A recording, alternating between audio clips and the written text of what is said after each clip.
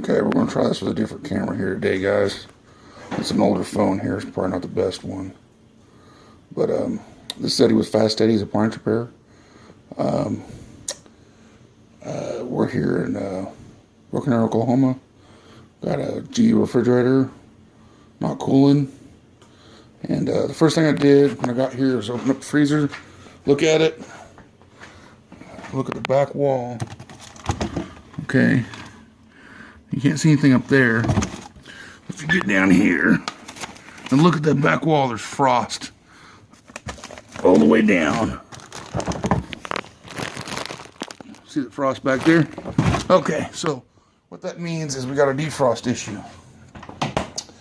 And on the GEs, how you test for a defrost issue, the fastest, easiest way to do that is to check your heating element first.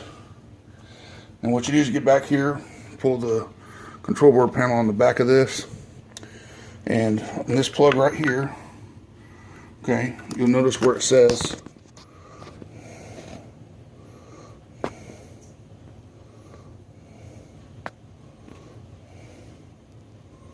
well, it's not going to say it for me. On the left there,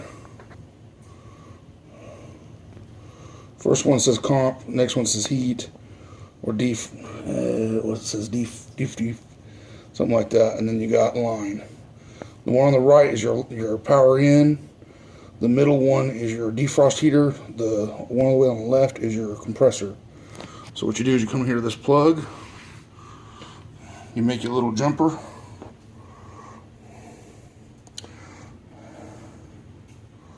and you plug it in. Okay, so you see where I got that in that plug, them two spots. Now, for safety purposes, you'd unplug it before you put that in, then plug it in. Okay, and then what you'd want to do is wait for the heating element to come on and check for the heating element. You can also get an amp probe and check this. You can test for voltage across it too. You look there, it should be 120 volts. So we're not getting full passive or electricity through it. It's probably even kind of shorted out, because what happens is it breaks the glass sometimes. But we don't have, it's not passing all the energy through that. In other words, we got a break in the element.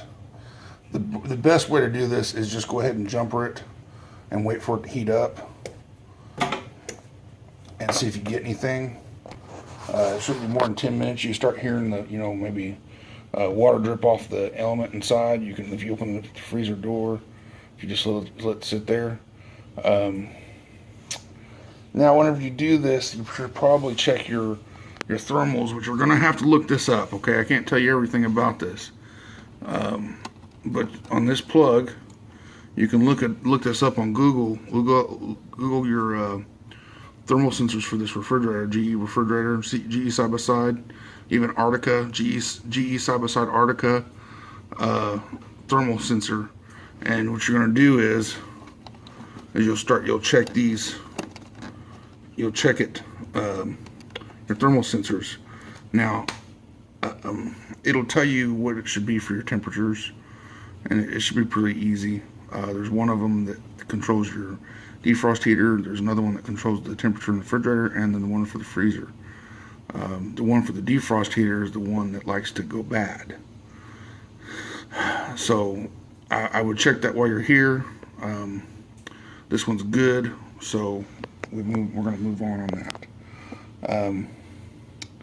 But we're going to check with the customer here, see if they want to go ahead and replace that defrost heater, and hopefully we'll be able to get back with you on this.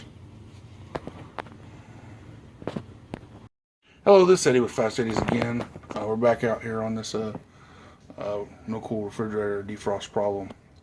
I'm just going to go ahead and show you how to take this thing apart. First, there's usually a cover over that light. You just push up on it. Sometimes there's a screw either on top or on bottom. This model, you just push up on it. It's not there on this model. But then you got your shelves, of course. You pull out on your bottom drawer. But your shelves, you just push up on the one side, and it comes out. Next, there's two screws on the right and left at the top. Sometimes you'll have in the middle, maybe at the bottom. But this one just has two at the top. You see that little cable there that's hooked on the clamped on there, you'll pull up on that and remove it. Okay, now you'll just pull down on that. Pull down on it. You kind of push down. Then you pull forward, twist, and then you can push up from the bottom and push it out. And right there's the element. I'm going to get it removed. There's 2 screws here and here. We'll pull it apart and test it. Okay, so I got my probe in there and a probe in there, and it's set on. It should be beeping at us right now if it had a continuity. Know that once you do that, you can just pry up on one of these tabs, kind of push up on it.